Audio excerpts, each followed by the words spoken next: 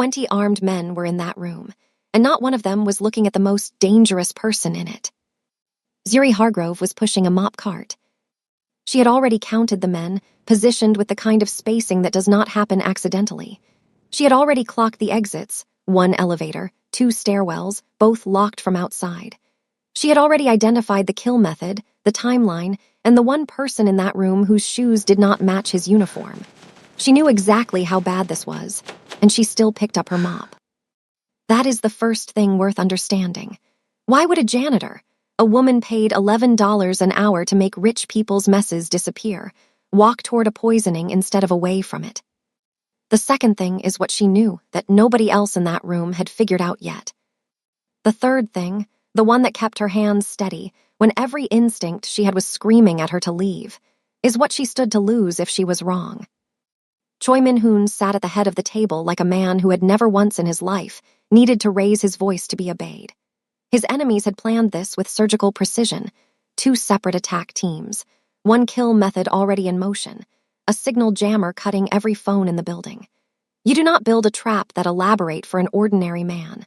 The sophistication of the threat told Zuri exactly who he was before she ever learned his name. That is when the first thing she had not planned for walked through the service door, a second guard, unscheduled, taking a position directly between her and the table. Her window shrank from 4 minutes to 90 seconds. She kept moving, slower, recalculating. Then the man she had been watching near the bar shifted position, and she understood something that turned her stomach cold. The person standing closest to Choi Min-hoon, the one he leaned toward once to say something quiet, the one his eyes found automatically when he scanned the room, that person had not moved away from the glass. He had moved toward it. The trap was not built by an enemy from outside. It was built by someone Choi Min-hoon ate dinner with. Someone he trusted with the specific knowledge that tonight he would be here, in this room, alone enough to die. The attacker's motive was not business. It was personal, and Zuri was the only one who could see it. If she intervened and failed, no one in that room would believe she was trying to help. She would look exactly like what they would want her to look like, a plant, a conspirator, a woman who knew too much. And that is when she realized the most dangerous part was not stopping them. It was making sure he never found out it was her. She looked at the glass. She looked at her cart. She made the calculation that would follow her every night after this.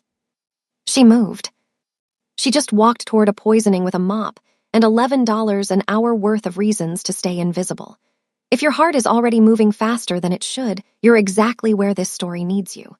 Like this video right now, because what she does in the next 60 seconds is either the bravest thing you've ever seen or the last mistake she ever makes. And you already know you have to find out which one. She had 1 second to look innocent, and she used every single piece of it.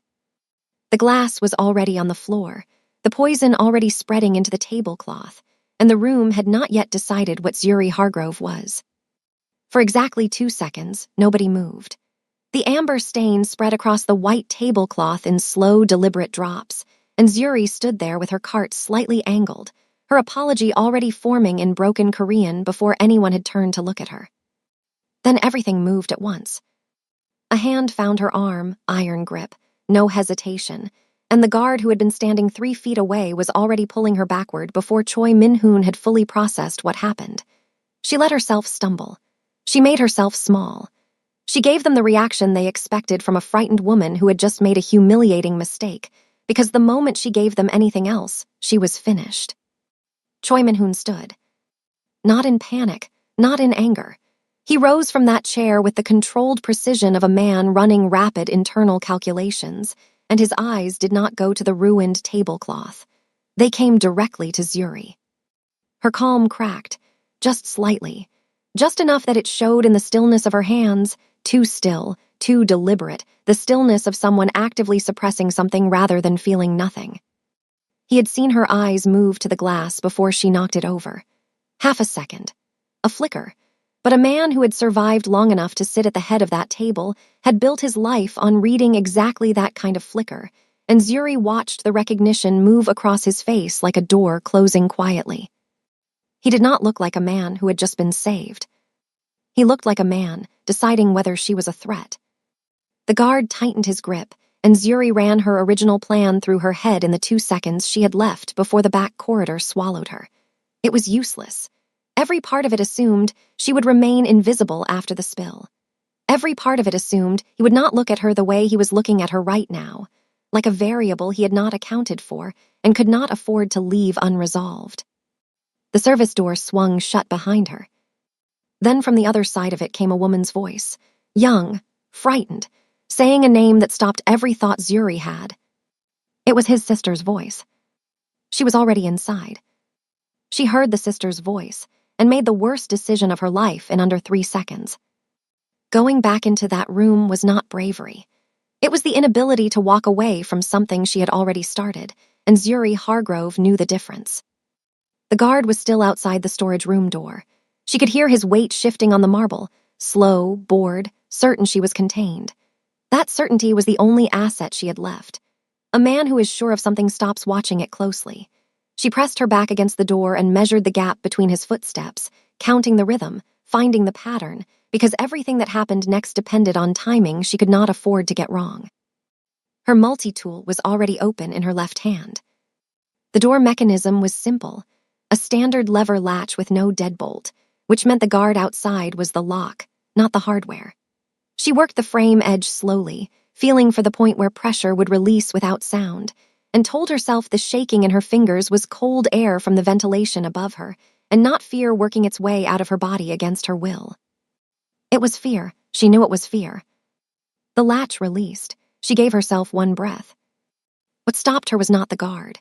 It was the voice again, Sioyon, closer now, no longer frightened in the way of someone who walked into something unexpected.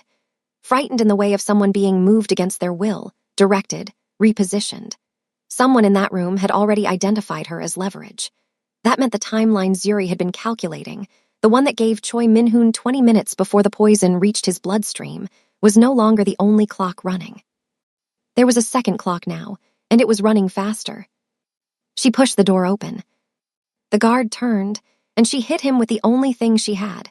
Not the multi-tool, not her fist, but 4 words delivered with the flat authority of someone who has never once in their life needed to shout to be believed. Fire Marshal, step aside. He hesitated.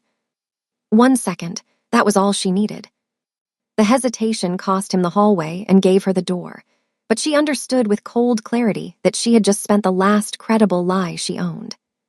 She had no badge, no radio, nothing on her body that looked like authority except the way she carried it, and in a building full of men trained to read exactly that kind of performance, the shelf life of 4 words and a straight spine was approximately 90 seconds. She was already counting. The banquet hall door was 6 feet ahead. Through it she could hear the specific quality of silence that follows a room reorganizing itself around a new threat. Chairs not scraping, voices not rising, the deliberate quiet of 20 men receiving a signal without speaking. Something had changed inside while she was locked away. She did not know what. That uncertainty was more dangerous than anything she could see. She pushed the door open and read the room in one sweep. Choi Min-hoon was still at the table, still seated, but the fresh glass of whiskey that should not have existed was 3 inches from his right hand, and the man she recognized as the poisoner was no longer near the bar. He was seated, integrated. Invisible to anyone who had not been watching him 20 minutes ago, when he was still wearing the wrong shoes and the wrong patience. Her stomach tightened into something hard and useful. Seo-yeon was visible now, no longer behind the decorative screen, but standing near the private lounge entrance with a man on either side of her, both positioned with the casual deliberateness of people pretending not to be doing exactly what they were doing. She was not restrained. She did not need to be. The positioning said everything, move and someone gets hurt, and the someone will not be you. Choi Min-hoon's eyes found Zuri the moment she stepped through the door. Not with surprise. He had expected her to come back. That realization landed in her chest like something structural giving way, because a man who expected her return had already decided what to do with her, and she had walked through that door anyway with nothing but 90 seconds of borrowed authority and a multi-tool she had not used as a weapon yet. The poisoner's hand moved toward the glass. Zuri moved faster. She just walked back into that room with no badge, no backup, and no plan, only the knowledge that if she stopped moving, Someone in that room was going to die. If this story is living in your chest right now, subscribe. Because the people who find this channel and leave are the same people who would have stayed in that hallway. You already proved you're not one of them. She reached the glass before his hand did, and for one suspended second, the entire room held its breath with her. Her forearm came down across the table edge. Not a grab, not a strike, just the clean, controlled weight of a woman who had calculated exactly how much force looks accidental and how much force looks intentional. The glass tipped. The fresh pour hit the tablecloth, and Zuri stepped back with both hands raised, her face arranged into something between apology and confusion, giving every man in that room exactly what they expected to see from someone like her in a room like this. It almost worked. The poisoner was on his feet before the liquid stopped spreading. Not angry, something worse than angry. Precise. He looked at Zuri the way a professional looks at a problem that has now presented itself twice, and the calculation behind his eyes was not whether she was a threat. It was how quickly she could be removed without disrupting the larger operation still running on the other side of the room. Zuri did not look at him. She looked at Choi Min-hoon. He was watching her with the total stillness of a man who had just revised every assumption he walked into this evening with. He did not reach for the spilled glass. He did not signal his guards. He simply looked at her, and the fact that he was doing nothing was the most dangerous thing happening in the room. A man who acts is readable. A man who waits is not. She felt the poisoner moving to her left and made herself stay still, because flinching now would confirm everything, and she had nothing left to confirm it with. Her original plan was gone. Her borrowed authority was gone. What remained was a room that had seen her intervene twice, a boss who was alive because of her and suspicious because of her, and a sister being held 20 feet away as quietly and efficiently as a door being locked. She had stopped the kill. She had not stopped anything else. And somewhere beneath the floor, the gas line that nobody in this room knew about was still leaking. She just saved his life twice with nothing but nerve and a mop cart, and the most dangerous man in the room is still deciding whether to thank her or bury her. If you left this video right now without subscribing, you would spend the rest of the day wondering what happens next. You know you would. Hit subscribe. Because what's coming in this story is the part nobody sees coming, and you did not sit through this just to miss it. The poisoner made his move, and Choi Min-hoon's guard made his at exactly the same moment, which told Zuri something neither of them intended to reveal. They did not coordinate. The guard stepped toward her from the right. The poisoner moved from the left. Two separate reactions, two separate instincts, half a second apart, and in that half second the entire architecture of the night became visible to her in a way it had not been before.